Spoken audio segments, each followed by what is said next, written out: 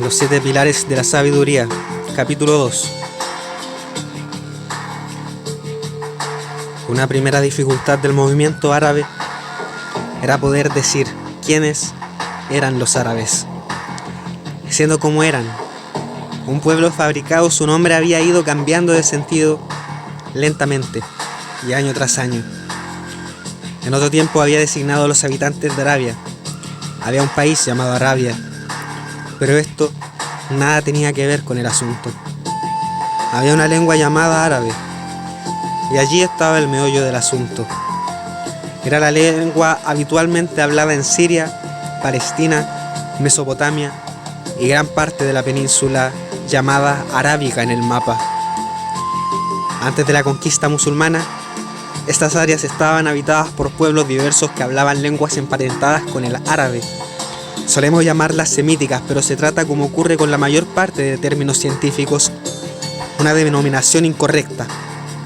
No obstante, el árabe, el sirio, el babilonio, el fenicio, el hebreo, el arameo y el sirio eran lenguas emparentadas, y los indicios de influencias comunes en el pasado, o incluso de su origen común, se han visto reforzados por nuestro conocimiento de que la apariencia y costumbres de los actuales pueblos árabes de Asia, aunque tan variados como un campo cubierto de amapolas, mantienen una semejanza fundamental.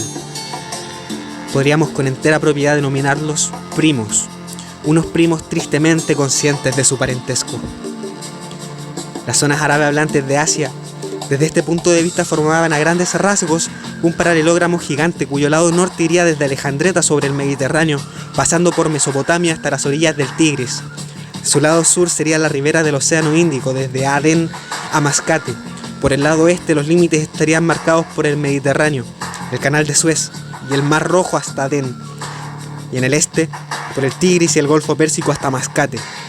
Este cuadrilátero de tierra, tan grande como la India, constituía la patria de nuestros semitas, y en ella ninguna raza extranjera había asentado sus reales de manera permanente, a pesar de que egipcios, hititas, filisteos, persas, griegos, romanos, turcos y europeos lo han intentado de variadas formas.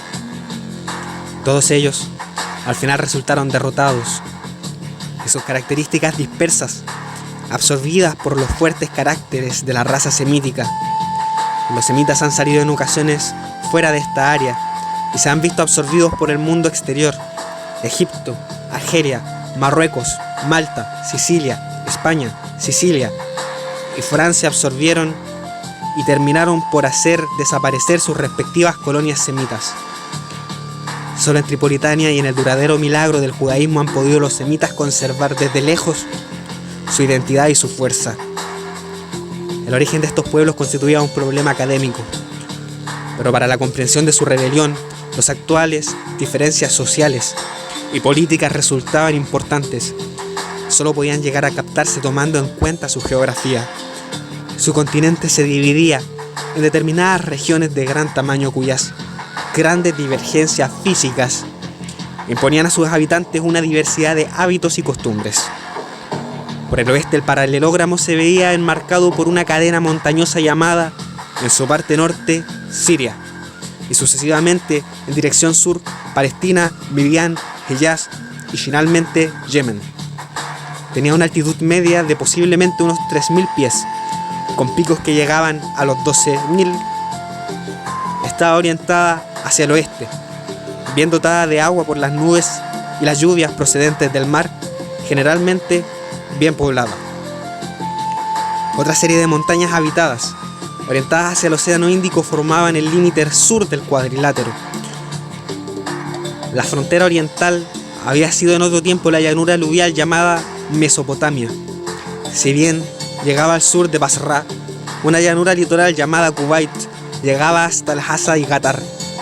Gran parte de estas colinas se hallaban habitadas y las llanuras enmarcaban un golfo rodeado de sedientos desiertos, en cuyos centros se hallaba un archipiélago de oasis populosos y bien surtidos de agua llamados Qasim y Arit.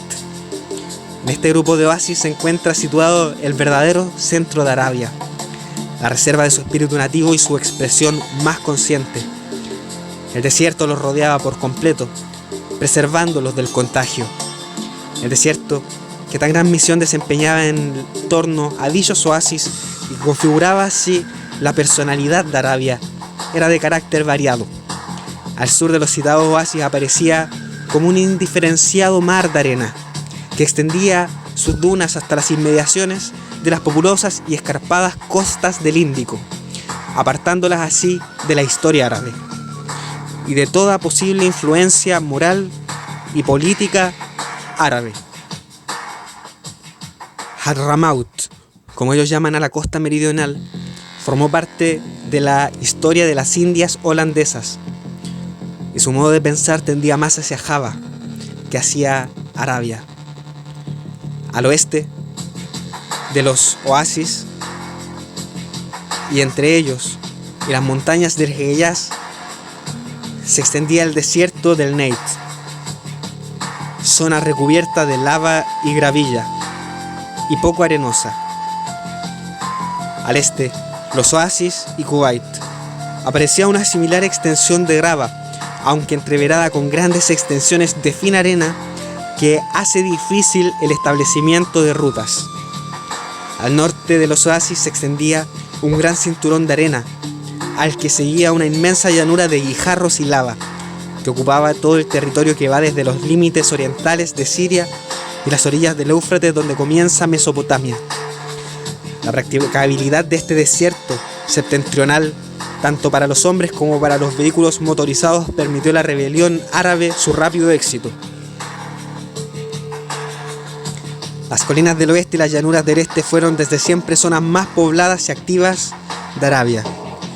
Concretamente, la parte occidental, tanto las montañas de Siria y Palestina como el Hejaz y el Yemen, mantuvieron contactos continuos e intermitentes con la gran corriente de la historia europea.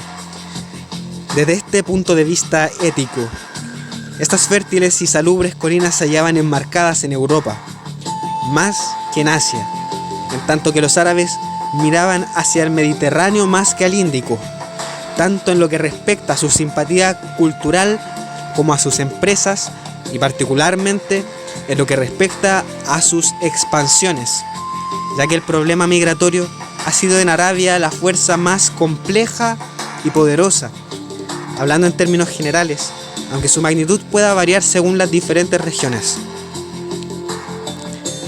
En la parte norte, Siria, la tasa de natalidad era baja en las ciudades y la tasa de mortalidad era alta. Debido a las malas condiciones sanitarias y la ajetreada vida de la mayor parte de la población, consecuentemente los excedentes de población campesina hallaban fácil salida en las ciudades, donde eran rápidamente absorbidos. En el Líbano, donde unas condiciones de salubridad habían sido mejoradas, un éxodo cada vez mayor de jóvenes hacia Norteamérica tenía lugar de año en año, amenazando por primera vez desde los tiempos griegos con cambiar el aspecto exterior de regiones enteras. En el Yemen, la solución no fue diferente. No había comercio exterior ni grande industria que concentraran la población en lugares insalubres. Las ciudades eran simples mercados tan limpios y sencillos como cualquier centro aldeano. La población, por tanto, fue creciendo allí de manera paulatina.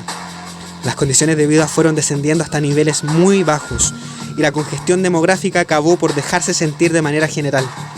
Dicha población no podía emigrar a otras tierras, ya que el Sudán era un país aún peor que Arabia, y las pocas tribus que se aventuraron a trasladarse allí se vieron obligadas a modificar su modo de vida y cultura semítica para poder sobrevivir. Tampoco podían emigrar hacia el norte por la ruta de las colinas, ya que este camino se hallaba cerrado por la ciudad santa de la Meca y su puerto Yidá, una zona extraña, continuamente reforzada por contingentes procedentes de la India, de Java, de Bujara, de África, de muy fuerte vitalidad, violentamente hostil a la conciencia semita y sostenida artificialmente a pesar de las adversas condiciones geográficas y climáticas por el factor económico de una religión mundial. La congestión del Yemen, por su tanto, una vez alcanzado su punto más alto, halló una única válvula de escape en el este, presionando cada vez más sobre los débiles agregados de población de su frontera, a quienes fue empujando cada vez más hacia las colinas que atraviesan el Widán. La región semibaldía de los grandes valles de desagüe de Bisha, Dawasir, Rania, Taraba, que corren en dirección del desierto del Negev, Los clanes más que débiles tenían continuamente que cambiar sus buenos manantiales y fértiles campos de palmeras por pozos más pobres y palmeras más raros, hasta quedar arrinconados en una zona donde la agricultura propiamente dicha resultaba ya imposible. Empezaron entonces a remediar su precaria situación mediante la cría de ovejas y camellos.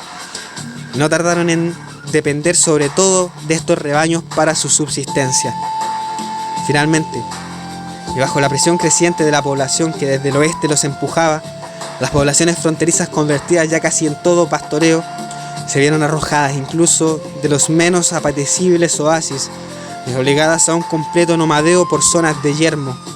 Este proceso que aún hoy puede observarse en familias y tribus concretas, con nombres y fechas localizables, debe haber venido ocurriendo desde los primeros tiempos del asentamiento en el Yemen.